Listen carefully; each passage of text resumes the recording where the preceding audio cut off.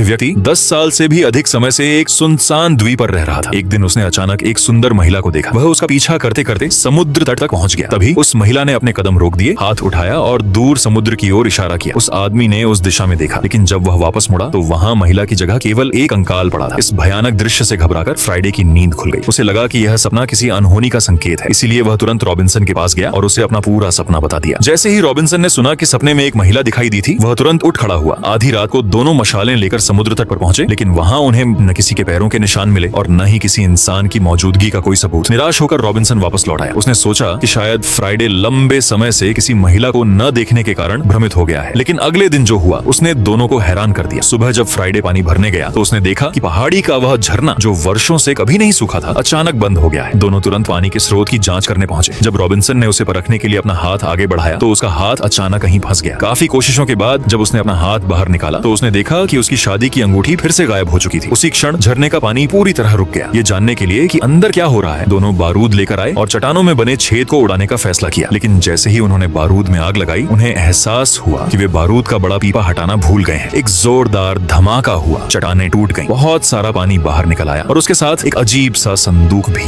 बाहर आ गया। फ्राइडे ने संदूक के ढक्कन पर बनी खोपड़ी का निशान देखा और उसके मन में एक अजीब सी दहशत भर गई। लेकिन रॉबिन्सन ने उसकी बात पर ध्यान नहीं दिया। वह यह जानना चाहता था कि गुफा के अंदर कोई कीमती चीज छिपी है या नहीं। जैसे ही रॉबिन्सन गुफा के अंदर गया और झरने का पानी पिया, उसे महसूस हुआ कि पानी का स्वाद मीठे की जगह कड़वा हो गया है। ये देखकर वह पूरी तरह उलझ गया। इसी बीच फ्राइडे ने गुफा की पत्थर की दीवारों पर बने अजीब चित्रों को देखा। उत्सुक होकर रॉबिन्सन भी उन्हें देखने लगा, लेकिन इससे पहले कि दोनों उन चित्रों का अर्थ समझ पाते, पूरी गुफा जोर जोर से हिलने लगी। दोनों अपनी जान बचाकर बाहर भाग आए। घर लौटने के बाद भी उनके मन में यही सवाल था कि उस रहस्यमयी संदूक के अंदर आखिर क्या है। ध्यान से देखने पर रॉबिन्सन ने पाया कि संदूक को मोम से पूरी तरह सील किया गया था। उसने एक मोमबत्ती जलाई और मोम को पिघलाना शुरू किया। जैसे ही मोम हटाया गया, उसके भीतर से एक अजीब आकार की चाबी निकली। वह चाबी संदूक के ताले में बिल्कुल फिट बैठी थी। लेकिन समस्या यह थी कि संदूक पर एक नहीं बल्कि 6 ताले बने हुए थे। यदि चाबी गलत जगह लगाई जाती तो शायद संदूक अभी नहीं खुलता। उसी समय फ्राइडे को कुछ याद आया। उसने ढक्कन पर बने अलग अलग निशानों को ध्यान से देखा और समझ गया कि यही निशान सही क्रम बताते हैं जिनका पालन करके संदूक खोला जा सकता है। रॉबिन्सन यह देखकर हैरान रह गया कि फ्राइडे को यह सब कैसे पता चला। फ्राइडे ने बस इतना कहा कि यह जंगल में रहने वालों की समझ है। फ्राइडे ने उन्हीं निशानों के अनुसार सही क्रम अपनाया और आखिरकार संदूक खोल दिया। लेकिन उसमें सोना चांदी या कोई खजाना नहीं था। उसके अंदर केवल एक महिला की पुरानी खोपड़ी थी। खोपड़ी देखते ही फ्राइडे समझ गया कि यह वही महिला है जिसे उसने अपने सपने में देखा था। यह जानने के लिए कि उसका सपना इस महिला से क्यों जुड़ा था, दोनों फिर से गुफा के अंदर गए। फ्राइडे ने दीवारों पर बनी चित्रकथा को ध्यान से पढ़ा और जाना कि वह एक जल देवता की कहानी थी। जिस महिला को उसने सपने में देखा था, उसे जल देवता को बलि के रूप में चढ़ाया गया था। सपने में उसका समुद्र की ओर इशारा करना शायद इस बात का संकेत था कि फ्राइडे उसके शरीर के बाकी हिस्सों को खोजकर उन्हें एक साथ जोड़े और समुद्र में प्रवाहित कर दे, ताकि उसकी आत्मा को शांति मिल सके।